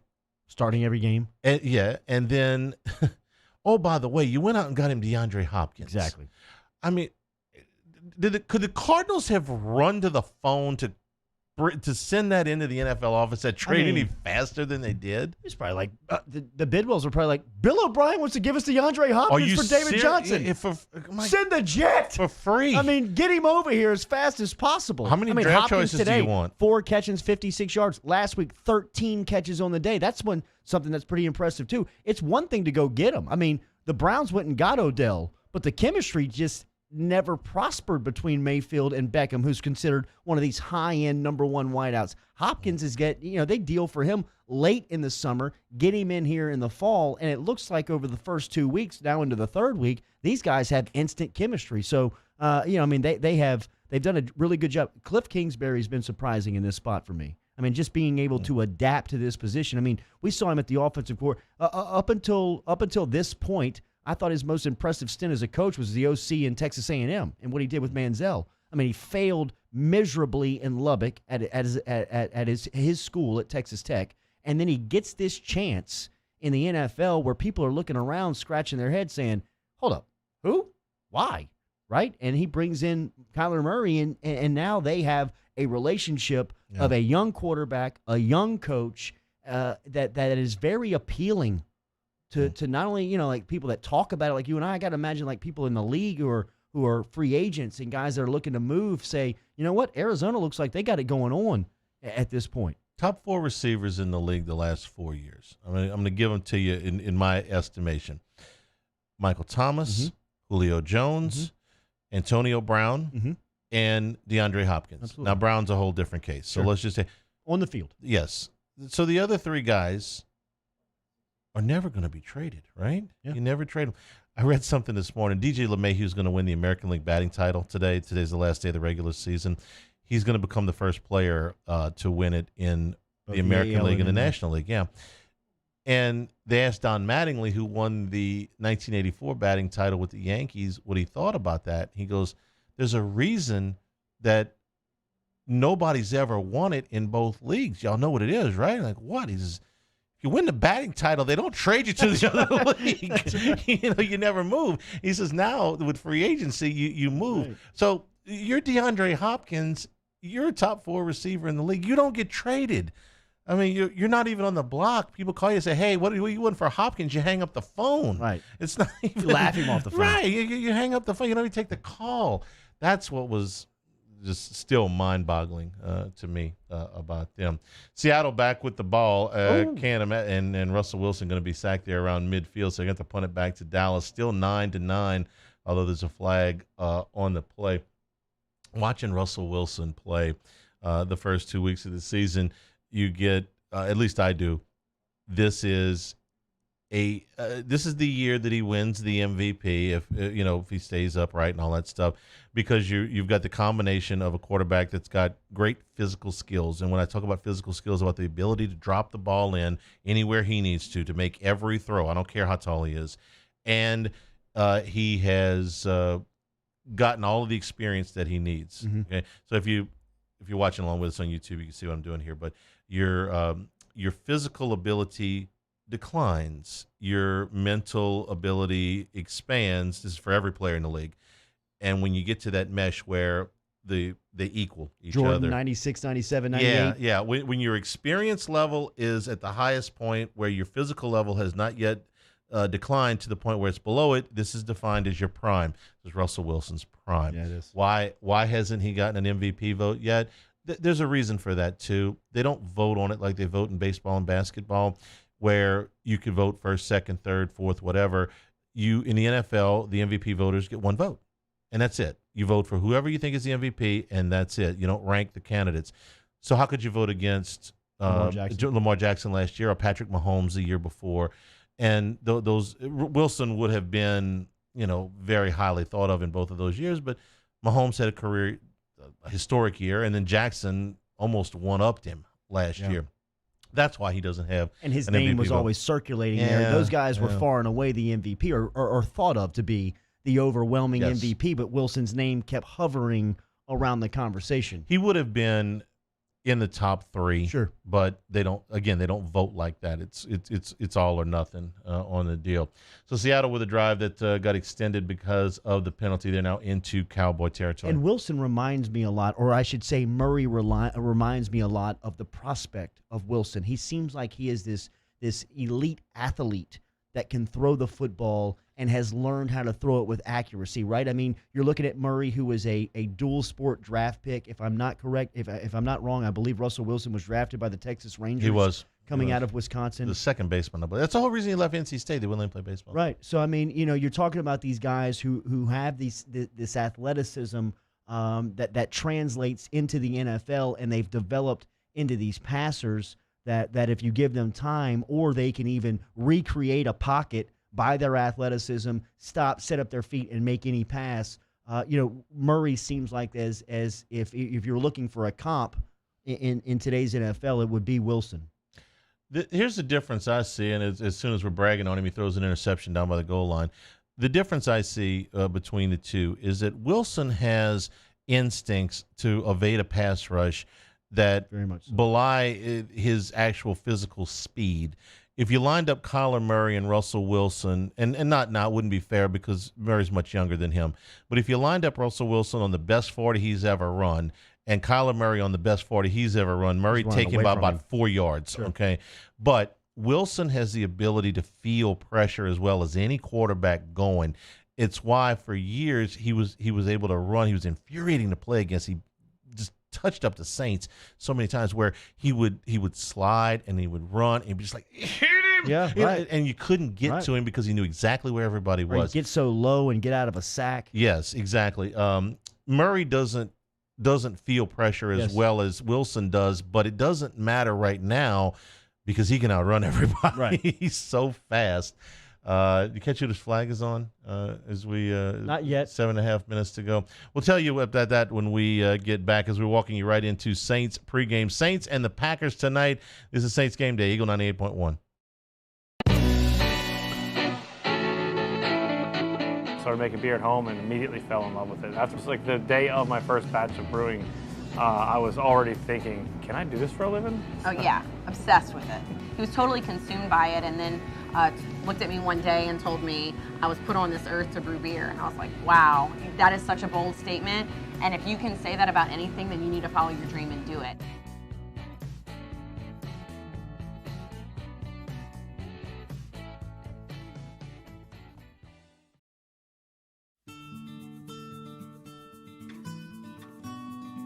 This is a house call.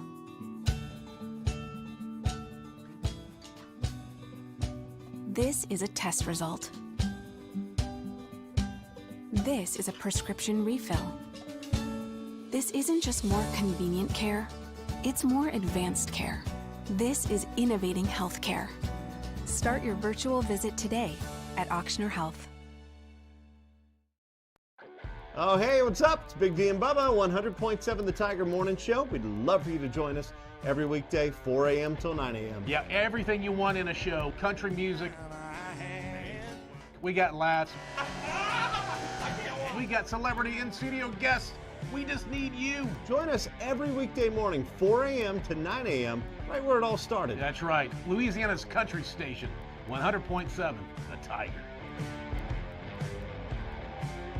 Gulf Coast Office Products is a nationally recognized Savin office equipment dealer based right here in Louisiana. Over 100 employees strong, Gulf Coast has the boots on the ground to support all vertical markets, from education, engineering, legal, and finance. With the latest in office technology, from desktop to production segment units, Gulf Coast and Savin have the perfect fit for you. Call 225-756-2644.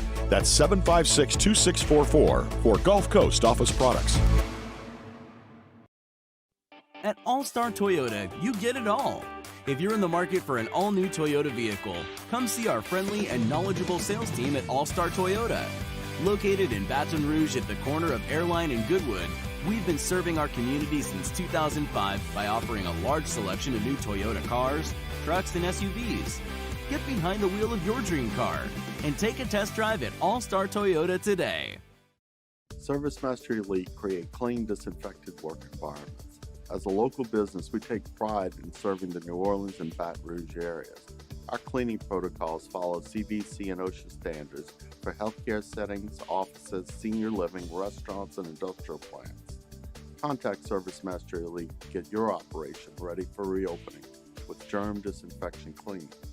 Service Mastery Elite, the trusted choice in professional cleaning since 1996.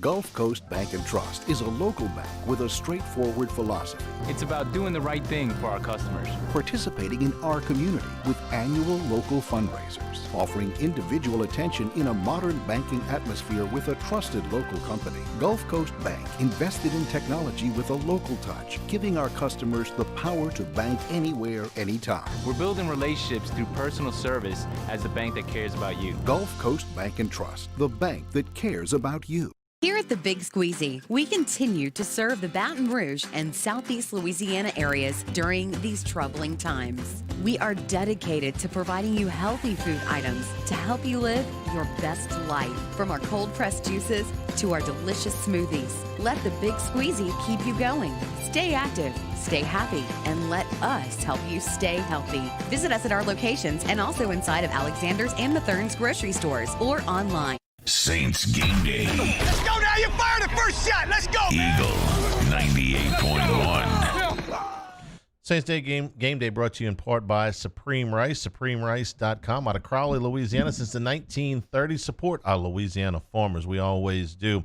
Took a rough go down during Hurricane Laura. All Supreme Rice is grown, milled, and processed down in Crowley, Louisiana. Perfect complement to any meal. So I know when I'm going home, got some smothered pork chops, some rice and gravy. We always got Supreme Rice in the house. Now at Robert's Market on Highland Road, right next to Superior, and any of your Walmarts, Costco's, any AG dealers, whether it's the white long grain, the brown, or the jasmine rice, Supreme Rice will fit your budget and it will fit your dinner table. So go to SupremeRice.com for great recipes and more information. SupremeRice.com. Remember our friends over at All-Star Toyota. You can find All-Star Toyota online at allstartoyotaofbatonrouge.com. They've got great inventory of brand new cars, pre-owned and certified selection that you can find on the showroom or online. Go see the great people over at All-Star Toyota. They got a service department, collision department, sales department, all open up tomorrow morning at 7 a.m. for you on the corner of Goodwood and Airline, where they've been since 2005. Check out All-Star Toyota, allstartoyotabatonrouge.com. Seahawks do get the touchdown. I think they got penalties twice on that drive to extend it, and they go to 16-9. Jordy, what do you want to see from the Saints early in tonight's game? Kind of a tone setter, if you will. I don't want to see any flags, first and foremost. I want to see them clean up the discipline over the first 2 weeks. We mentioned only nearly 250 yards in penalties, $129 last week in Vegas, so I know that is something that Sean Payton has paid a lot of attention to. Charlie, it's a lot what you talked about, some balance. I'd like to see him come out with an offensive plan tonight that suits their strengths. When you talk about Drew Brees, a lot of criticism on Brees over the week. Come out and get him comfortable. A couple of easy throws, get him something to a spot where he's got some good protection, easy throws out of the pocket, put the ball in their playmakers' hands like Kamara, like Cook, like Jared Cooks there that can get going. So hopefully just early on balance, discipline, because I believe Aaron Rodgers and Green Bay are going to come out firing, right? I mean, just kind of going off the momentum of what they've showed the last 2 weeks. I mean, this offense, though they haven't played anybody, they've beaten the teams like they were supposed to, and the offense has been flying for that. I mean, we mentioned they're scoring 40 points a game as this Green Bay offense, and Aaron Rodgers, 6 touchdown passes, no interceptions through the first 2 weeks, so a lot of confidence. I hope offensively New Orleans comes out balanced and plays to the strengths of Brees to get him comfortable. I'm wondering about the penalties and how many of them are fixable things and how many of them just happen in the course of natural aggressiveness. And I'll give you a couple of examples out of the Monday night game. One of them was a horse collar on Cam Jordan, which I thought was sort of a bogus call. He got his hand inside the shoulder pad on the backside, and he pulled at it. But the back broke away from the grip and then stumbled forward to the ground. Now, the rule as it's written is that you will grab inside the shoulder pad and bring the runner, the ball carrier, immediately to the ground. I thought that was a little bit of a bogus call. I want Cam Jordan running all out, trying to grab a guy, trying to bring him to the ground. I don't get that one. And then the last pass interference penalty, which I thought was a complete bailout call. And they're the ones I hate.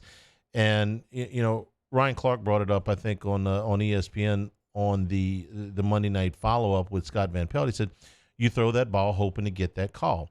And I hate that. Yeah. And it happens all the time. That is a bailout. I'm just going to throw it up, and if there's bail me out. Yes, bail me out. I've got probably a 15% chance of actually completing this ball, but bail me out, and the officials do it time and time again. So those two penalties, man, that's 60 yards worth. Yeah. And it's at crucial times. And I don't fault the Saints on either one of those penalties. Now, the pre-snap stuff, the holding penalties, all of that stuff's got to be fixed. So those are the ones that concern me a lot more. Touchdown in Dallas as the Dallas Cowboys put 6 on the board here coming out of half. We were mentioning Justin Jefferson's day before we get your thoughts on New Orleans today. Real quick, NFL research, and I'm getting this from NFL Research's Twitter. Justin Jefferson's 6 catches in the first half are the most by a Minnesota Vikings rookie since Randy Moss accomplished that feat back in 1998 versus the Chicago Bears, where Moss had 7. Jefferson's 104 yards are the most in a first half by a Vikings rookie since Randy Moss did that in Week 13 in 1998 versus the Dallas Cowboys, where he had 107 as well. So Jefferson matching some numbers of a young Randy Moss Minnesota Viking as today. Jefferson has his best day as a pro. Remind me how Moss's career turned out. Yeah, he was a pretty good first ballot Hall of Famer. He ended up okay. We'll take a break, come back with more. We're leading you into Saints Network pregame, Saints Game Day, Eagle 98.1. When morning came to Louisiana, we were hopeful, not hibernating. We were mending fences, feeding neighbors, and holding our kids. When morning came to Louisiana, we were wide awake, planting seeds for next year's crops. We were stronger, ready for what's next. And together, as we build anew, Blue Cross stands ready to support you. Do you know someone who sets a good example for all of us to follow? Someone who, without being asked, shows leadership, selflessness, and service to their community? We believe that's the definition of a good citizen, and so does Citizens Bank and Trust. So, if you know someone that sounds like what Jordy was just describing, nominate them to be your good citizen, and they'll have a chance to win $500 from Citizens Bank and Trust. Plus, we'll mention him right here on the show. So go to citizensbankandtrust.com for more details and nominate your good citizen.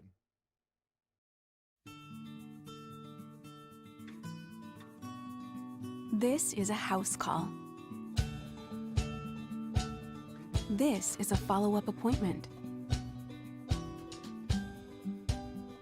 This is a diabetes checkup. This isn't just more convenient care, it's more advanced care. This is innovating healthcare at Louisiana's #1 hospital, Ochsner. To all of our heroes working on the front lines of this COVID-19 pandemic, your bravery and selflessness represent the very best of us, and we want to say thank you. I'm asking everyone around the state to join me in celebrating the heroism of our healthcare professionals on the 19th of every month at 1900 hours, that's 7 p.m. Write a note of appreciation, make plans to donate to charitable organizations, or say a prayer. To learn more, visit 19thanks.org. Thank you, and God bless. T-Bob Hebert here with breaking news. Front to Back Boat Services is the shop to upgrade your boat tech this fall. With not 1 but 2 NMEA certified techs, who better to install your Panoptic sonar, your HD displays. You want to see the fish under the water before you even cast? They have that. Trolling motor you could control with your iPhone? They have that. So what are you waiting for? Get into Front to Back Boat Services right now. Upgrade your boat tech. Make your boating dreams come true. Front to Back Boat Services.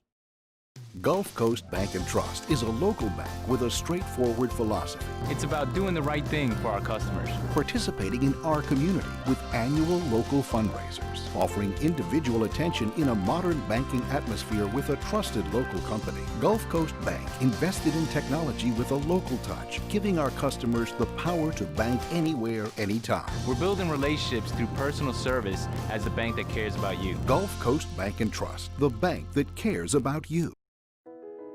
I've been doing business with Luba for 25 years. They're dependable, trustworthy. It's just the attention to detail with our clients. Our folks have years and years of experience.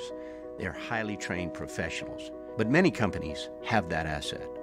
What I'd like to think makes Luba a bit different is that we use those talents in a way that truly is dedicated to serving the needs of the folks who depend on us. Are you a licensed contractor? There's lots of good contractors in Louisiana doing work the right way, but unfortunately, too many unlicensed contractors are working outside the licensing requirements. Working as a contractor in Louisiana requires a license for the company doing the work. The Louisiana State Licensing Board for Contractors wants to help you get licensed to allow you to conduct work legally. It's not difficult to get the license. We can help you. Go to LA Contractors. This is Saints Game Day with Charles Hannegriff and Jordy Collada. Get to the huddle! On Eagle 98.1. 7? Just let me know. Eagle 98.1. Saints Game Day as the Saints get ready to take on the Green Bay Packers tonight at the Superdome. Drew Brees talked this week a little bit about something that he hasn't had to do very much during the course of his career, especially his career in New Orleans. And this is about blocking out. This is Ed Ogeron. This is straight out of blocking out the noise. That's the nature of our business. Even after you have really good games or really good performances, it's always on to the next opponent. There's always another challenge right around the corner.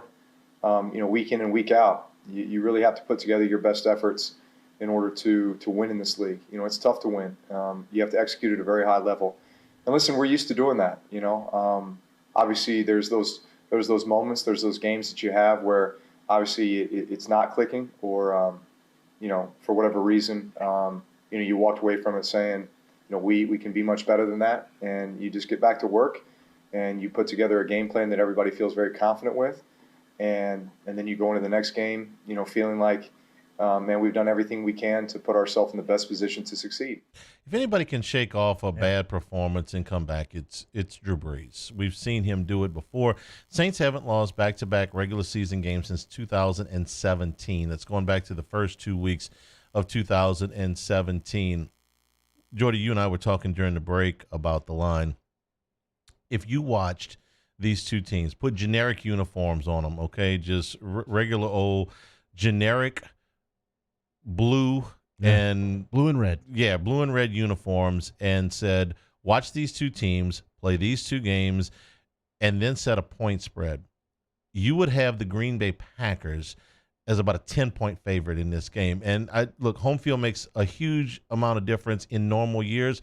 Ain't nobody in that Superdome. So you look at this line and you say, wait a minute, the Saints are 3.5-point favorites. The number's been going up.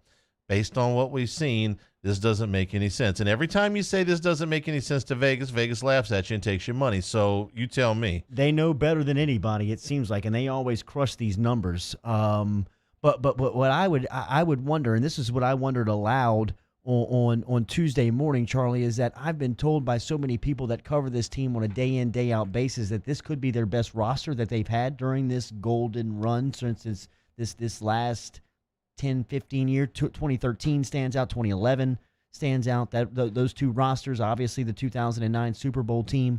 You think about that squad, but I'm curious on where those guys are. I was curious where those guys were Tuesday morning after that performance against Las Vegas Monday night. It seems like Las Vegas, the guys in Vegas, the wise guys in Vegas, not the Raiders, still believe in that theory as well, that the Saints have a lot of high-end pros that they can count on. I mean, you're talking about Brees, who's the face of the franchise, but below that, there's a lot of guys that earn their paychecks.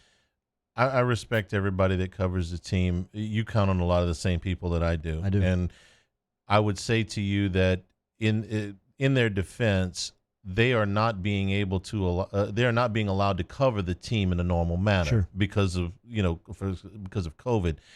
A lot of the inside things that they might have noticed had they been able to cover the team in a normal manner may have slipped through. That's not their fault. They're giving you an honest opinion, and there is a lot of talent on this. But do you believe that? Do you believe that theory? Do you believe this is a top 3 roster over the last 15 years? So much of it depends on Breeze. I can tell you that there's a ton of talent there, but if Breeze isn't the trigger man, it don't work. No, it doesn't. You can have a very good roster with suspect quarterback play, and you won't get there. The Minnesota Vikings are a great example of that. You had a ceiling for years with a very good roster because of your quarterback play. I don't know that it works. I do think that they're being given a little bit too much credit for guys like Marcus Davenport, who frankly has not been on the field enough to try to make the impact of what he cost. I'm concerned early that Cesar Ruiz has not been able to break into the starting lineup because Peyton said on draft night we drafted him to start, and he's not. I think that Malcolm Jenkins has lost a step. There was a real gamble there. He had a better year than Von Bell last year, but he's quite a bit older. They made the decision to go with the veteran. I don't know that maybe that'll work out, maybe it won't, but early on, Jenkins doesn't look like he did a year ago. I think you're taking a lot of things on faith here that you haven't been able to see. So let's hope the Saints can turn it around tonight. We'll send you the Saints network coverage, and then the game. Aaron Rodgers and Drew Brees in an empty, unfortunately, Superdome. Kick it off just after 7 o'clock tonight. For Musso and Joe Rod, for Jordy Collard, I'm Charles Hanniger. Thank you. Good afternoon. This has been Saints Game Day, Eagle 98.1.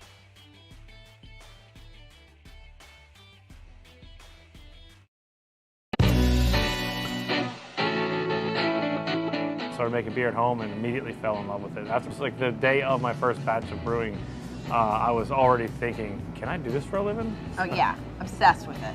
He was totally consumed by it, and then looked at me one day and told me I was put on this earth to brew beer. And I was like, wow, that is such a bold statement. And if you can say that about anything, then you need to follow your dream and do it.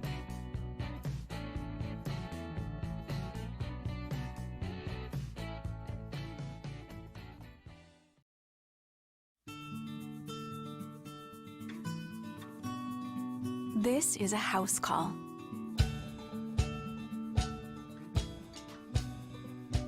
This is a test result. This is a prescription refill. This isn't just more convenient care, it's more advanced care. This is innovating healthcare. Start your virtual visit today at Auctioner Health. At All-Star Toyota, you get it all. If you're in the market for an all-new Toyota vehicle, come see our friendly and knowledgeable sales team at All-Star Toyota. Located in Baton Rouge at the corner of Airline and Goodwood, we've been serving our community since 2005 by offering a large selection of new Toyota cars, trucks, and SUVs. Get behind the wheel of your dream car and take a test drive at All-Star Toyota today. Gulf Coast Office Products is a nationally recognized Savin office equipment dealer based right here in Louisiana. Over 100 employees strong, Gulf Coast has the boots on the ground to support all vertical markets, from education, engineering, legal, and finance. With the latest in office technology, from desktop to production segment units, Gulf Coast and Savin have the perfect fit for you. Call 225-756-2644. That's 756-2644 for Gulf Coast Office Products. ServiceMaster Elite create clean, disinfected work environments. As a local business, we take pride in serving the New Orleans and Baton Rouge areas. Our cleaning protocols follow CDC and OSHA standards for healthcare settings, offices, senior living, restaurants, and industrial plants. Contact ServiceMaster Elite to get your operation ready for reopening with germ disinfection cleaning. ServiceMaster Elite, the trusted choice in professional cleaning since 1996. Gulf Coast Bank and Trust is a local bank with a straightforward philosophy. It's about doing the right thing for our customers. Participating in our community with annual local fundraisers, offering individual attention in a modern banking atmosphere with a trusted local company. Gulf Coast Bank invested in technology with a local touch, giving our customers the power to bank anywhere, anytime. We're building relationships through personal service as the bank that